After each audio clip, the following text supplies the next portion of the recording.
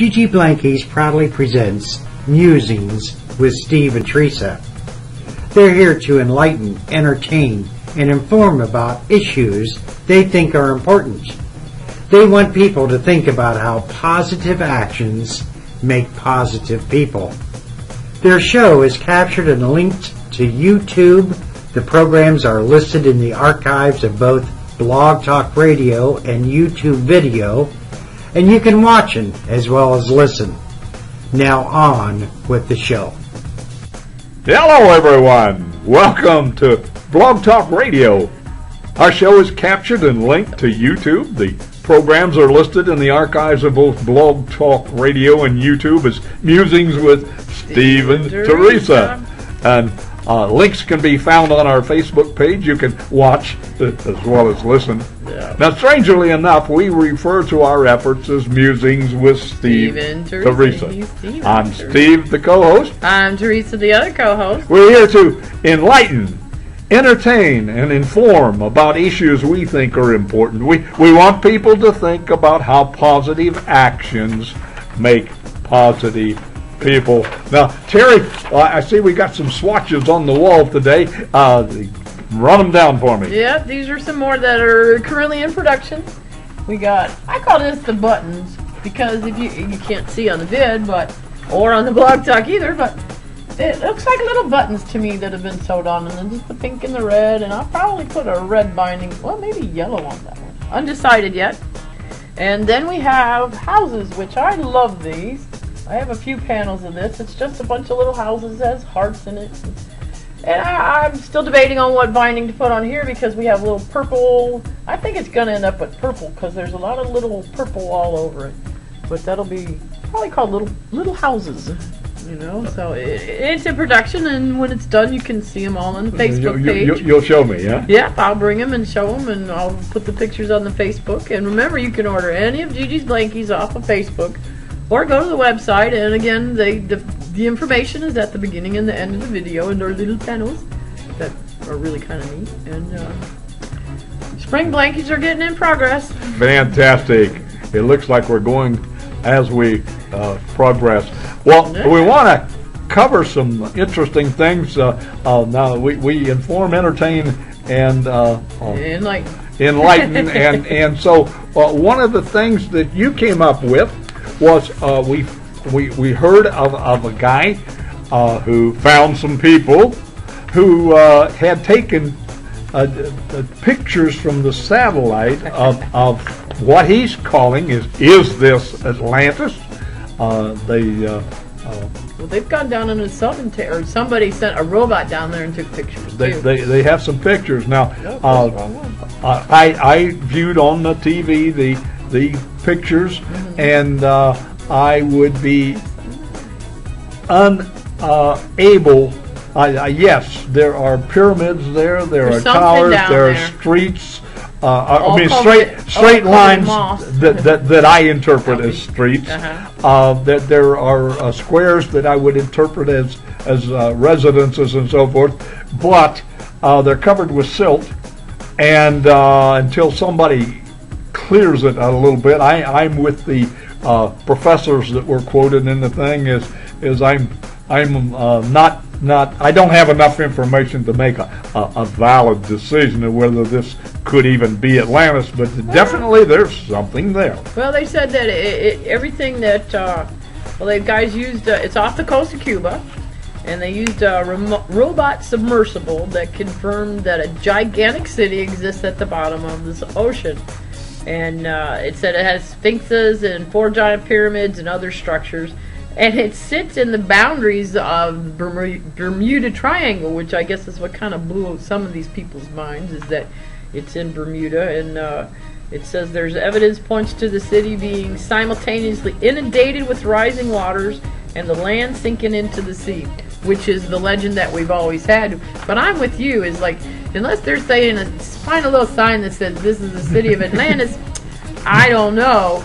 But the pictures sure are neat, and I'm going to put the links on our Facebook page because I think these are just amazing. I mean, there's, about a half a dozen pictures that they put or more.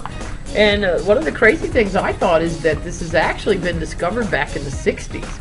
But then the Cuban Missile Crisis started, and the site was locked down, and everybody forgot about it. Well, and these guys recently sent their little robot down there and said, hey. I don't know whether you've Googled the maps, the satellite maps. Yeah, I looked at them. This is absolutely fascinating, because I was reading the Clan of the Cave Bear. Yep, I read them too. And that series of stories, and I went up the valley there, and you can see where this story categorically took place, and the Danube and the rivers, and I recently was looking up Hiroshima, and we have Mike's stepfather. Yeah. Was father-in-law was 2.5 miles from the bomb blast at Hiroshima when he was a kid. And when he was a kid, well, no, he was 18 years old at the time. He was studying engineering, and he and his best friend saw the flash and ducked under their desk, and their classmates looked out the window, and the window shattered. I'm pursuing this. I want to put this story together. But it's going to be a good story when it gets it all together. Well, and you were talking about the satellites that that we're looking to in there. We're looking at the streets and so forth, and his home was just a few miles from the blast, but there was a hill. Yeah. And the blast apparently went over the hill, sucked up the roof of the house 3 feet, and left the house, and his friend lived on down the street further, and his house and family were destroyed. So yeah, it's a good thing to be tucked near a hill. It's like our street. We live right beside a hill. I mean, the temperature's even different from over there to 2 blocks away.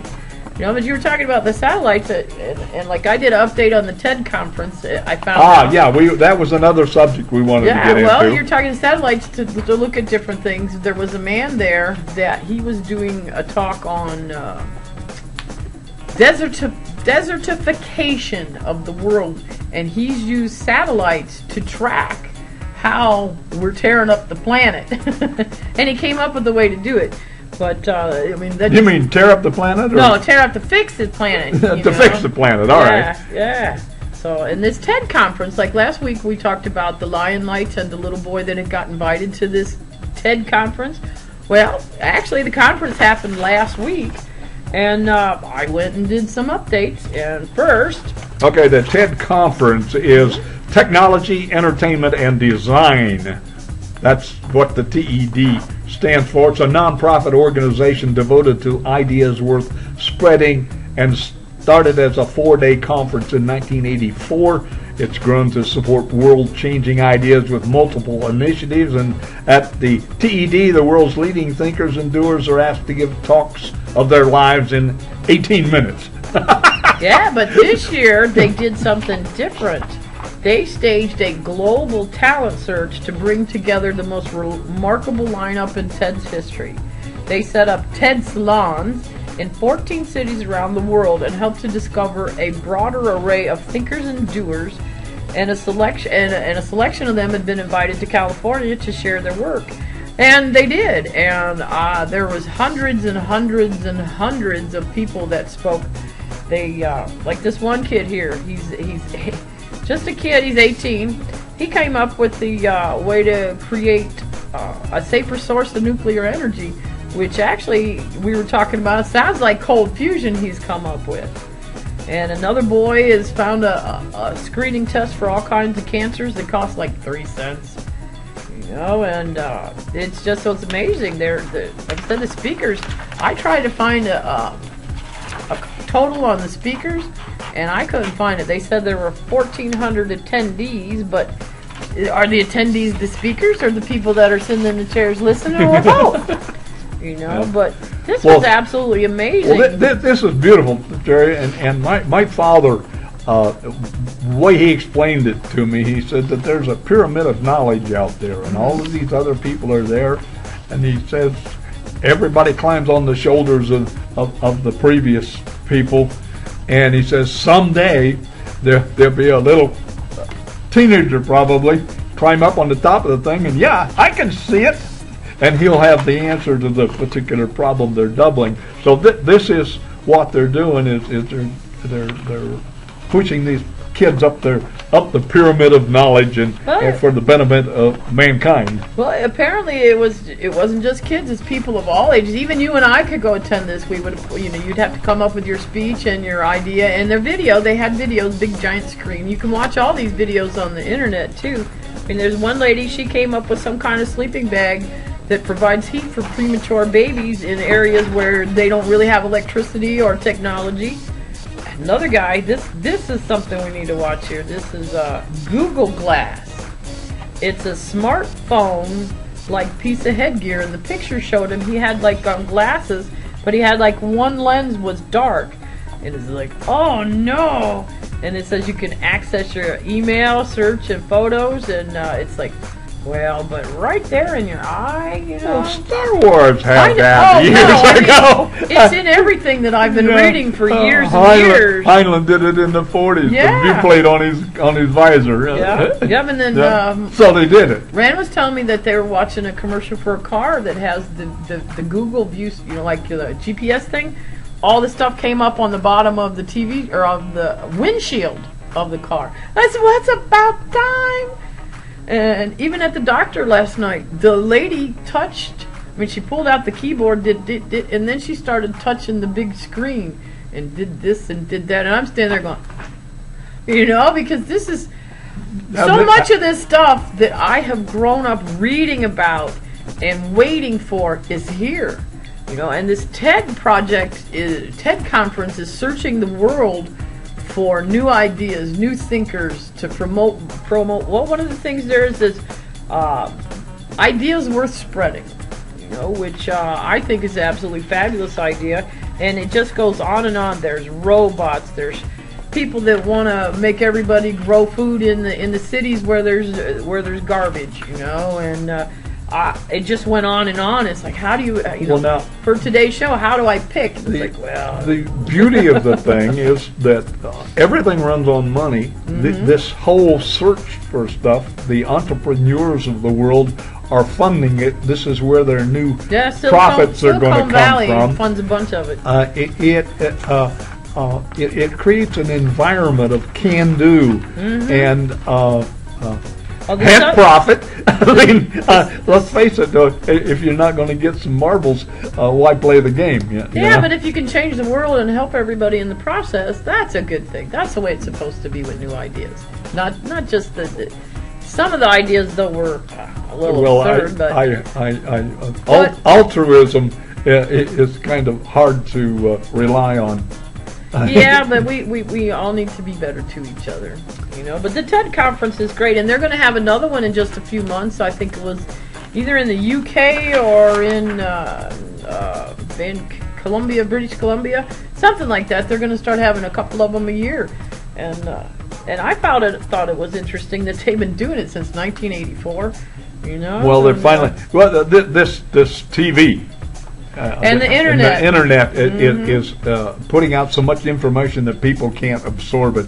Oh, so I know. You spend hours just reading articles. You just chase it. Well, anyway, as you can see, we were interested in that. We were very interested. I got a story here. A couple of guys are sitting at the counter in a local restaurant, and old guys.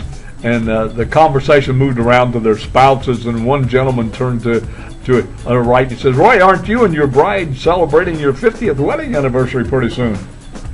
"Yep, we are," said Roy. Well, are you going to do anything special to celebrate?" The old gentleman pondered for a moment. He says, "Well, for our 25th anniversary, I took B down to Tucson. Maybe for our 5th, I'll go get her." Maybe for our we want to throw some humor in there, right? Now, last week we talked about the meteor that flew over Russia. Yes, we actually had another one just pass us yesterday that didn't contact with anything, went past without a problem. was visible to part of the world. I couldn't see it, but okay. Well, and there's another one coming on the way. So it's the year of the comet. The thing is that a meteor is flying through the air. Well, I think as meteor lands, comet stays going, right? Well, a comet is not necessarily a meteor unless it gets into the Earth's atmosphere. Right. Okay, so the comet is, I get my words comet is way out there. Meteor is a big rock that comes through our asteroid atmosphere. Applied, huh? And a meteorite is the pieces that hit the ground. Okay. And don't ever touch any if you see one land, because they're going to burn your skin off. Well, that's possible. Well, if it just fell out of the sky and you reached down and picked it up. Okay, to recap, on the 15th of February 2013, an asteroid entered the Earth's atmosphere over Russia at about 9:20 their time. Okay, in the morning. With an estimated speed of 40,000 miles an hour. Wow. Now it's hard to even imagine 40,000 miles. The Earth is 18,000 miles diameter, I think. So it would go. So it should have just passed on by. It would have gone. Yeah, I'm smart ass today. It'd take it 10 minutes to go past the Earth. Actually, in looking this up, I found a trajectory. And if it had been coming a little bit faster from what I could see, it would have missed, because it hit right at the dawn line. The sunrise, the Earth was turning, and sunlight was there, and it exploded over the daylight part of the line and fell in the dark. Okay. Okay. So if it had just been up a few more miles, it would have gone on through. But still, the shockwave might have done some damage. Well, it only if it got into the atmosphere. Okay. Yeah, and the atmosphere is like really, really big. Well, there's 100 miles of density up there. That's a good show. Keeps getting lighter and lighter. Yeah, but anyway, we're saying that we're going to be lots more different things coming out of the sky this year. It's possible. The dazzling light of the meteor was bright enough to cast moving shadows during the morning daylight in Chelyabinsk. and was observed from other places, and the eyewitnesses also felt the intense heat from the fireball. I can imagine. It exploded. Bet you have how many degrees that fireball was. Well, it exploded in the air over the Russian city at a height of about 10 to 16 miles above the ground. Now remember, really? It was coming at an angle, so it came in at 16 miles and blew up, and when it was done blowing up, by the 10 miles. So it was coming in at an angle down. And did any actual pieces hit the? Oh, all over the place. Okay, I got pictures here. All right, good. Okay, it exploded in an airburst at the height of about 10 to 16 miles above the ground. Exploded with generation of a bright flash, small fragmentary meteorites, and a powerful shockwave. The atmosphere absorbed most of the object's energy with a total kinetic energy. Well, it goes on. It went bang. Yes, I bet it was a big bang. The object and its fragments did not release all of its energy at once, unlike nuclear explosions, and so it's not as bad. 1,500 people were injured, 2 seriously. All of the injuries were due to indirect effects rather than the meteor itself, mainly from broken glass from windows that were blown in when the shock wave arrived. There going, what the heck is that? Yeah, and the wall came down. And the wall came on. Yeah. Over 4,300 buildings in 6 cities across the region were damaged by fire 4,300 and explosion. Wow.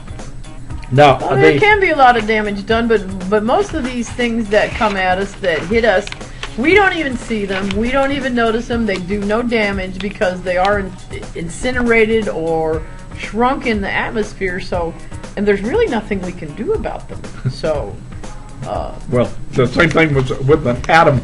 You see an atom flash. Duck and cover. Get under your desk. The meteor is the largest object to have entered Earth's atmosphere since the 1908 Tunguska event. I always wonder why they have all these names that we can't pronounce. Because they're Russian. Oh, okay. They're doing it to make us mad. But I've seen pictures of this, and this meteor blew up. Well, supposedly there was a part of it hit the ground, but this blew up, and there are pictures of the trees that are fanned out. Like you blow on a dog's fur, and it fans out, and the trees were blown down, and the bark were gone, and the St. Helena blast. I saw the pictures of that, and it was the same thing. The big trees were blown down from this. The bark was stripped off of them. The leaves were gone, and it was a tremendous blast. Didn't you have another story? We're running out of time. Well, yeah, yeah, but anyway, they're coming, and there's not much you can do about them. If you see it coming, get away from the glass. This is matter of interest to me. I find it terribly fascinating. Yeah. That's why I'm goosing him to move on to the next story. He can talk for another 20 minutes. Making my tail wag. Well, okay. One of the areas of the news this week was that the news people published a refusal to perform CPR at a senior living facility, and they are probing it now. Well, in the interest of we want to be positive about this, and the only way I know to be positive about this information is, or the situation, is to gain information, and we're going to look at it from the viewpoints of the different people. Now, people, the fact of the matter that the 911 operator got a call that said that this lady fell down in the dining room of this senior community that provided unassisted living. Now, they had on the premises eating facilities and party facilities and restaurant and so forth. So it was a retirement center. Like a retirement home. But for people that could take care of themselves. Take care of themselves. Okay. She fell down. Unassisted. Unassisted. She was 87 years old, and she fell in the dining room, as we understand it.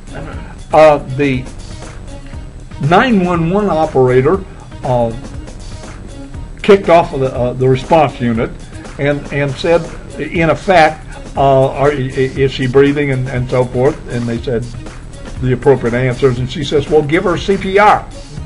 And the lady says, no, on the phone says, I can't do that. The nurse lady that was she later identified herself as being a nurse, but the person that called 911 said, I can't do that. Okay. And the 911 operator tried for 6 minutes to convince her to get somebody to administer CPR, and the newspaper people got a hold of it, and the TV got a hold of it, and they're going to investigate now. And so we want to look at this. Put yourself in her position. Yeah. Didn't you say that the lady was given directive to not do immediate care, just to call 911? No, wait a minute. Let's look at it from the 911. We're running out of time. We got to speed up. Well, okay, we'll go faster. 911 she is trained in responding to emergencies and solving dangerous situations, and she's only a voice on the phone. Right. Okay. Her do as much help as you can. Right. Okay.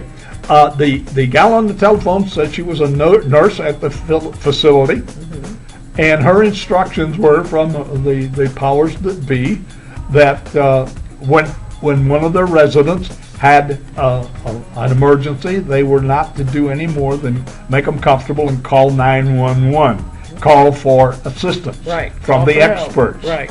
The gal on the telephone represented the experts, and she was trying to get on the care or on the site. She was trying to get somebody to get started. Yeah. And so to prevent this from being a negative evaluation there, we want to look at just exactly what happened. There's a thing called the Good Samaritan laws, which in effect says that you're indemnified against helping Says if you help, they won't hold it against you? Yeah. Well, it said a good Samaritan is legal terms refers to someone who renders aid in an emergency to an injured person on a voluntary basis. Right. Now, legally, it's established that there are multiple caveats or warnings there. And the thing that you normally hear is if somebody stepped in, if I as I understand it, if I step in and say, has anybody got CPR here? And nobody volunteers, and they don't have to. Right. All right. And I choose to administer CPR, and it turns out that I was in error, then I'm responsible for being negligent. I presented myself as an expert, and it turns out I wasn't. Okay, so I can have legal problems. Now, the thing is, we're not supposed to talk about legal advice. Right. Okay, so we're skirting the issue here. But let's go back to the 911 operator. Her instructions is to help as much as possible, and CPR is something that they've come up with as an answer to the problem. Okay. Unfortunately, I haven't had to use it yet. Well, the problem with CPR is that of all of the people that have CPR, unless you're in the hospital when it's necessary, your chances of surviving the thing is about 1%, 1 out of 100. Oh, that's not very positive, Well, that isn't very positive. But the little gal at 911 was trying to do her job, and if she didn't try to do her job real well, they would discharge her. They'd get somebody else that would. Well, the person at the nursing home. The nurse, one at nursing home, unassisted living. Yeah, she had instructions from her employer to call 911 only. So she was following her orders. Following her orders. So it's like, what would you do in a case like that? Do you do, I mean, you told me you did have a case like that. I have been in this case, and we'll even reiterate it here. We were in an apartment community. My son and a neighbor lady came up to get me, said there's a man fell down on the floor in the laundry room. We don't know whether he's drunk or what. So they were fearful. Right. Because he was kind of incoherent as he fell down. Yeah, and some things can be mistaken as other things. Well, we went down and looked, and I smelled him, and he was not intoxicated by smell. Right. He was gurgling. So I rolled him up on his side so that the fluid in his but in the process, you called 911. Well, they had already called 911. Oh, okay. They just came and got you. Well, that was the first thing I said with the guys down there. Well, call 911. We did that right then. Right. We went down to the basement. The guy was gurgling and still breathing, and his pulse was very erratic. And we turned him up on his side so he could breathe better.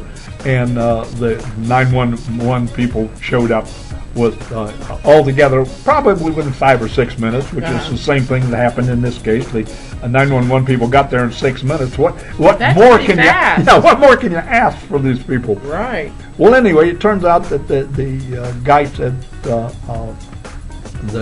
man appears. He checked his eyes and so forth. It appears that he's having a cerebral hemorrhage or stroke or of that nature. And so there is nothing you could have done for him anyway. Subsequently, I found out that was exactly what happened, and he had a cerebral hemorrhage. And the fact of the matter was, he was dead when he started. When it happened. Falling. Well, when it happened, he was just in the process, and it took several minutes. And there was nothing that 90 seconds. I could have done, and. But you did make him comfortable as best you could. Well, that's all the thing. So people need to make decisions based on information that you have. Right. And do the best they can. Always someone will find fault. Why didn't you do this? Why didn't you do that? And I do it myself. I told you so. Why did you do that? And to pick the thing. People can pick things to pieces. The motivation of everybody is sensationalism. And the positive part about this is that if you know CPR and know how to use it, it's good. You got one chance in a actually you can get the guy going and he can get to the hospital and he'll die there. But you have helped the best you can. Yeah. I think we got to the end of our day here. Yeah. And we want to thank you for listening. I'm going to post links to probably most of what we talked about here on the Facebook later. Well, that'll work. Now, I got a question for you. Okay. Well, why do seagulls live near the sea? Why do seagulls live near the sea? Because if they live near the bay, they'd be called bagels. Bagels with cream cheese. Yeah. We'll return with our continuing viewpoints next Tuesday at 2 p.m. I'm Steve. I'm Teresa. And thank you for listening. Think positive. Be positive. And live positive. Enjoy. And goodbye. See ya. Gigi Blankies, thank you for listening to the podcast today. This program is archived at Blog Talk Radio, captured and archived for YouTube video, and linked to Facebook as Musings with Steve and Teresa. Think positive, be positive, live positive, and enjoy.